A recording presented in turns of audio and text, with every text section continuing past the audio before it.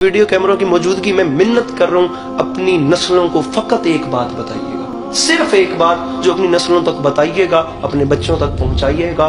خدا سب کچھ برداشت کر لیتا ہے، خدا گھمنڈ برداشت نہیں کرتا۔ شیطان نے گھمنڈ ہی تو کیا تھا، 6500 سال کی عبادتیں ایک سیکنڈ میں سائڈ پہ چلی گئی تھی۔ جناب لقمان نے اپنے بیٹے کو جو درس دیا تھا اپنی زندگی میں، اتنے بڑی شخصیت نے فرمایا صرف ایک کام یاد رکھنا، خدا کا خوف اپنے اندر سے ختم نہ کرنا، چاہے پورے کائنات بھر کی نیکیاں بھی تمہارے دامن میں کیوں نہ ہو، اور خدا کی رحمت سے مایوس نہ ہونا، چاہے کائنات آدم و عالم کے گناہ بھی تمہارے دامن میں کیوں نہ ہو۔ بہت باریک نقطہ ہے، یہاں سے یہ نہ لیجئے گا کہ میں کہہ رہا ہوں گناہگار بندہ گناہ کرے یا بندہ اس طرف چلے، مولا معاف کرے، میں کوئی گناہ کرنے کی وہ نہیں کر رہا آپ کو، لیکن مومن وہ ہے جس کے اندر خدا کی رحمت سے امید اور خوف خدا بالکل ایکول ہو، نہ وہ خوف خدا کے سامنے مایوس ہو جائے کہ میری رحمت، یہ مایوسی بھی کفر ہے، اور نہ وہ اتنا خوش فہم ہو جائے جی میں کربلا سے ہو کے آیا ہوں، جی میں سب سے بڑا مومن ہوں، میں نے بڑا جلسہ کروایا، ابھی حج کر کے آئے ہیں، جی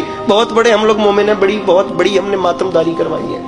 یہ چیز بھی نہیں کرنی، نہ ہماری نماز ڈھنگ کی ہے، نہ ہمارے پاس کوئی دعا ڈھنگ کی ہے۔ کیا علی عباس عسکری میں اتنا حوصلہ ہے؟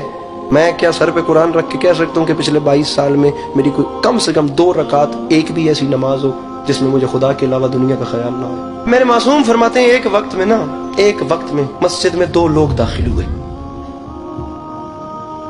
ایک عابد ایک فاسق اور عابد اکٹھے مسجد میں داخل ہوئے۔ کچھ دیر کے بعد نماز پڑھ کے جب دونوں باہر نکلے تو جو فاسق تھا وہ مومن ہو چکا تھا، اور جو عابد تھا وہ فاسق ہو چکا تھا۔ دونوں خدا کی عبادت کر رہے تھے، لیکن جو فاسق مومن ہوا وہ جتنی دیر عبادت کرتا رہا وہ اپنے اندر شرمندہ رہا، میں گناہگار ہوں، وہ ذات بڑی رحیم ہے، ایسے کیسے کر کے وہ میری اس نماز کو قبول کر لے، وہ مجھے معاف کر دے۔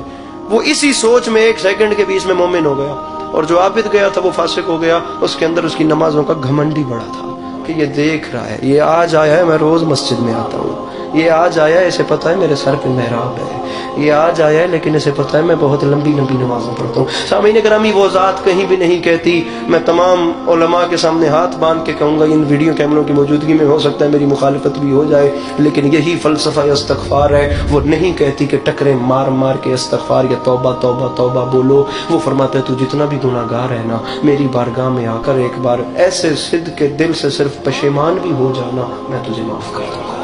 جناب حر نے کیا کیا تھا؟ شمر بعد میں آیا، ابن سعد بعد میں آیا، خولی بعد میں آیا، حرملہ بعد میں آیا، سنان بن انس بعد میں آیا، یہ تمام ملعون بعد میں آئے، جناب حر سب سے پہلے تھے۔ جناب حر وہ تھے جو میرے مولا کو گھیر کے کربلا لائے تھے۔ میرے مولا نے رو کے فرمایا، حر یہ حسین کی دعا ہے، یہ حسین کے دل کے لفظ ہیں، اللہ کرے تیری ماں تیرے غم میں ماتم کرے۔ جناب عباس علمدار کے دیکھتے ہوئے حر نے حسین بادشاہ کے گھوڑے کی لگام میں ہاتھ ڈال دیا۔ کوئی لمبی بات ہی نہیں ہے سامعین گرامی، ہوا کیا؟ علامہ ذیشان حیدر جوادی صاحب کی کتاب ہے رسالت الہیہ، خدا کی قسم کیا پیارا جملہ لکھتے ہیں، فرمایا یہ جو انقلاب حر میں آیا نا، یہ معرفت فاطمۃ الزہرا کی بدولت ہے، یہ رسول اکرم صلی اللہ علیہ وآلہ وسلم کی بیٹی کی معرفت تھی، جس کے صدقے میں وہ گناہگار، سامعین گرامی ادھر دیکھیے، یہ دیکھیے، یہ بالکل پل صراط ہے۔ 2 کردار بہت زیادہ تاریخ میں نمایاں ہیں، ایک ابن سعد، ایک جناب حر، دونوں اپنے سامنے جنت اور جہنم کو دیکھ رہے تھے، حر بھی ابن سعد بھی، دونوں کو نظر آ رہا تھا۔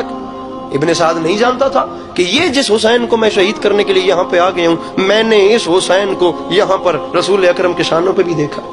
2 کردار نمایاں تھے، دونوں کے سامنے بالکل ایسے جنت بھی تھی ایسے جہنم بھی تھی، ایک نے دنیا چن لی ایک نے آخرت چن لی۔ آ گیا حر علی کے لال کے سامنے، اور رکھے علماء کے سروں پہ قرآن، اور ان سے پوچھیں جناب حر علیہ السلام نے جملے کیا کہے؟ جو جملے جناب حر نے میرے مولا حسین علیہ السلام سے کہے، دنیا کہتی ہے وہ معافی ہوگی، میرے نزدیک وہ جملے معافی کے نہیں ہیں۔ آنکھوں پہ پٹی ہے، ایسے ہاتھ باندھ کے جناب حر نے فرمایا، علی کا لال کیا میرے لیے بھی توبہ کا دروازہ کھلا ہوا؟ علی کے لال نے آگے بڑھ کے اسے سینے سے لگا لیا۔ اب اندازہ لگائیں، جب بندہ اتنا کریم ہے تو اس کا خالق کتنا کریم ہے۔